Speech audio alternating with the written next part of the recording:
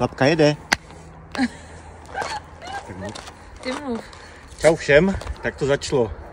Dali jsme si cíl v roce 2025 absolvovat závod Beskidská sedmička. Takže dneska začíná první trénink. Je 27.